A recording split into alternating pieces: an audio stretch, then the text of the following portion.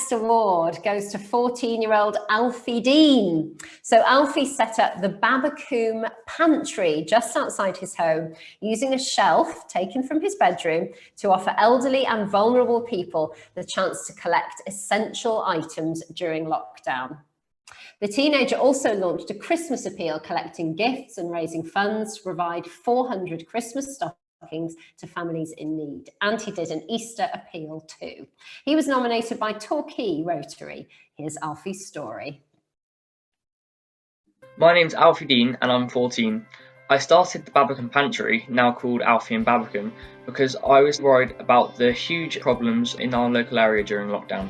I noticed a huge amount of vulnerable and the elderly who were still going to the shops past my house, and I wanted to act as a buffer so that they didn't have to have that contact with other people to risk their chance of catching the disease. So I decided to set up a pantry with daily essentials that these vulnerable people were going to the shops for.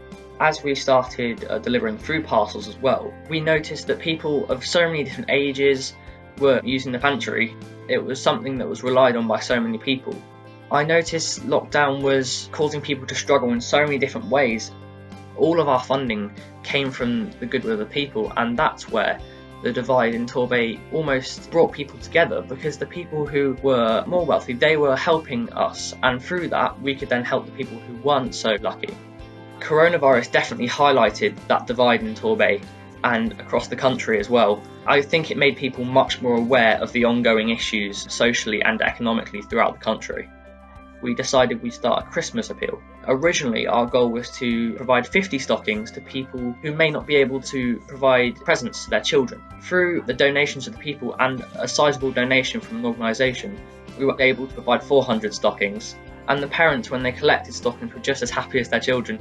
In the first lockdown, we ran a first Easter appeal. I purchased a costume as the Easter Bunny, and we were able to deliver 200 eggs to children. This year, we provided and gave out around the same amount.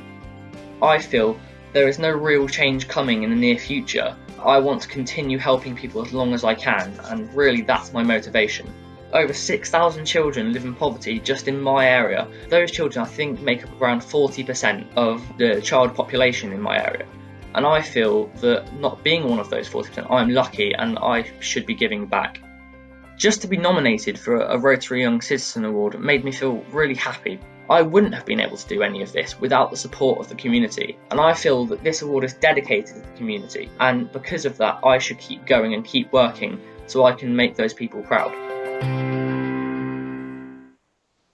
Incredible, Alfie. Congratulations to you. Thank you. Here's your award. Are you ready to receive it? Yeah, we'll give it a go. Let's give it a go. Don't drop it now. Here we are.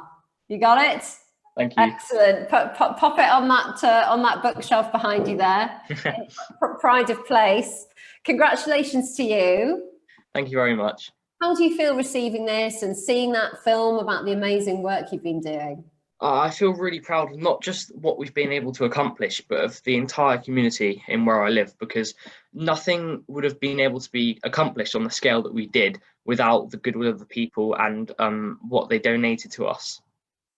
Now, you spoke about providing food parcels. How difficult is the situation for families in need and the elderly locally? Well, especially in lockdown, those difficulties were highlighted. And so many families, children and elderly people in my area live in poverty. Some live alone and some without anyone to help them. And obviously that goes unnoticed in everyday life. But when we were all stuck inside and we all came together during lockdown, those issues were highlighted, and I felt that I wanted to make a difference to those people. What motivates you, Alfie? Because you must have a lot going on, you know, with schoolwork and friends and things like that. What motivates you to set aside the time to do this? Well, I have many motivations, but one of them is to be a beacon of hope and happiness to the people that are in those struggling with those issues, because I feel that no real change is coming in the future for anyone in poverty around the country. And I also feel that until that change comes, it's the duty of the people to help others around them. I feel there are big things in your future, Alfie. You're a change maker, aren't you? Congratulations. This is the first important step on a very successful journey, I'm sure. Well done to you. Well done. Thank you.